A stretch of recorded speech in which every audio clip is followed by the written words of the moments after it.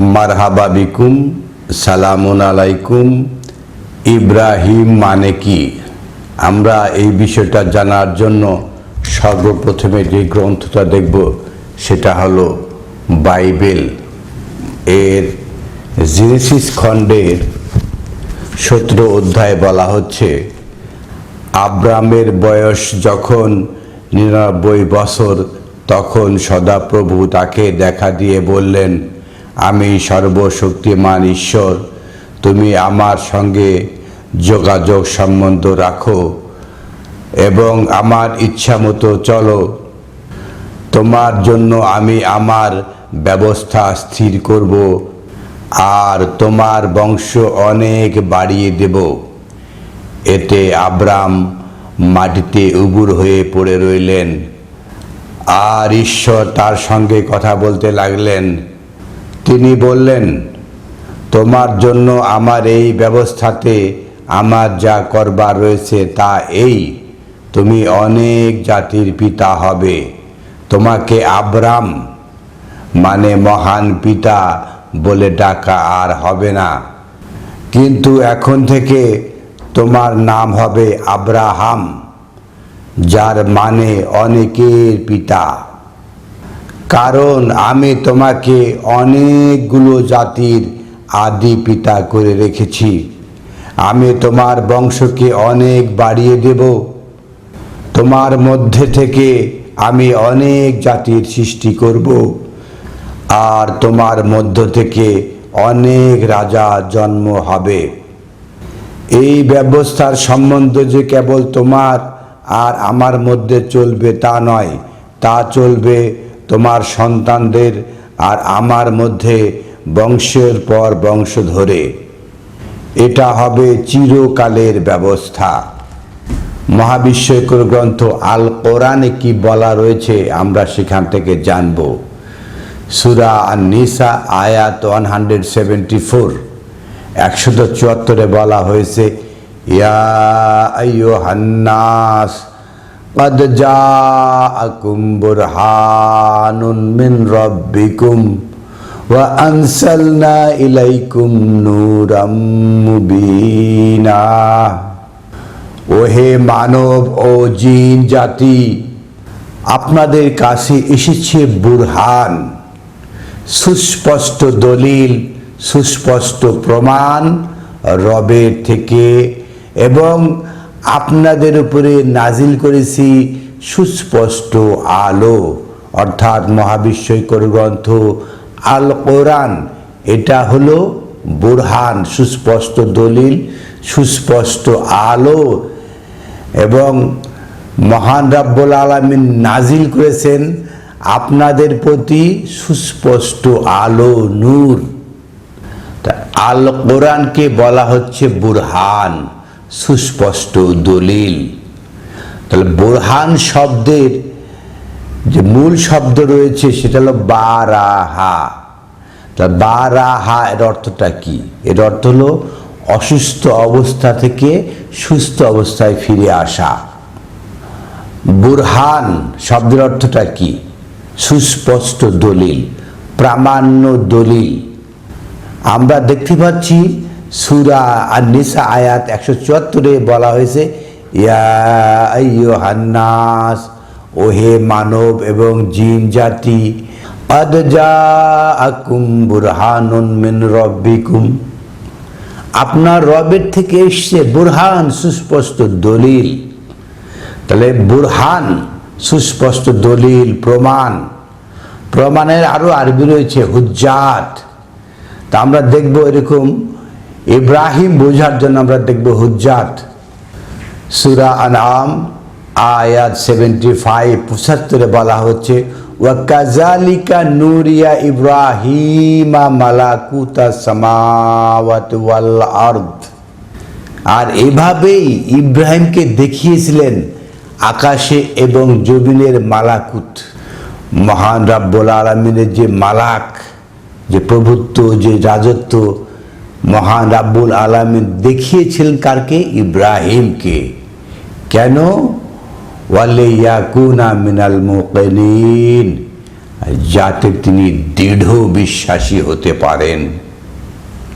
এভাবে বলতে বলতে ৮০ আয়াতে এসে বলা হচ্ছে ওয়াহাজ্জাহু কওমুহু, তার সম্প্রদায় তার সাথে দলিল বিতর্ক শুরু করেছিল।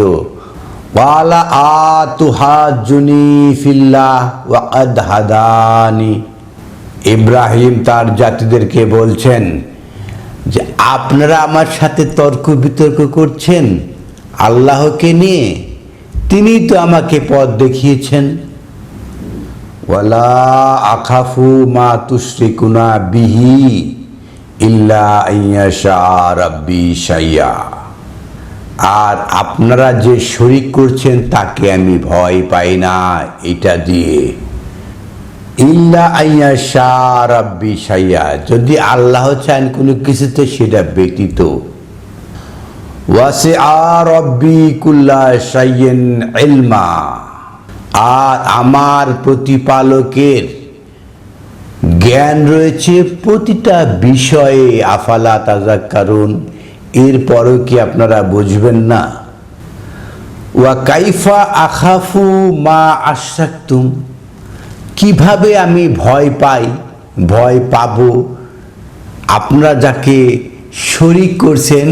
ওয়ালা তাখাফুনা আন্নাকুম আশরাকতুম বিল্লাহ, আর আপনারা তাকে ভয় পাবেন না যাতে আপনারা আল্লাহর সাথে শরীক করছেন।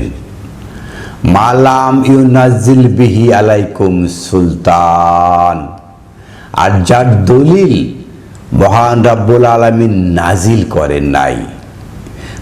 সুলতান, হুজ্জাত, বুরহান প্রায় একই ধরনের কথা। ফাআইয়ু ফারিকাইনি আহাক্কু বিল আমনে, এই যে তাফরিক, নিরাপত্তা প্রদানে কে কে বেশি নিরাপত্তা প্রদানে হকদার?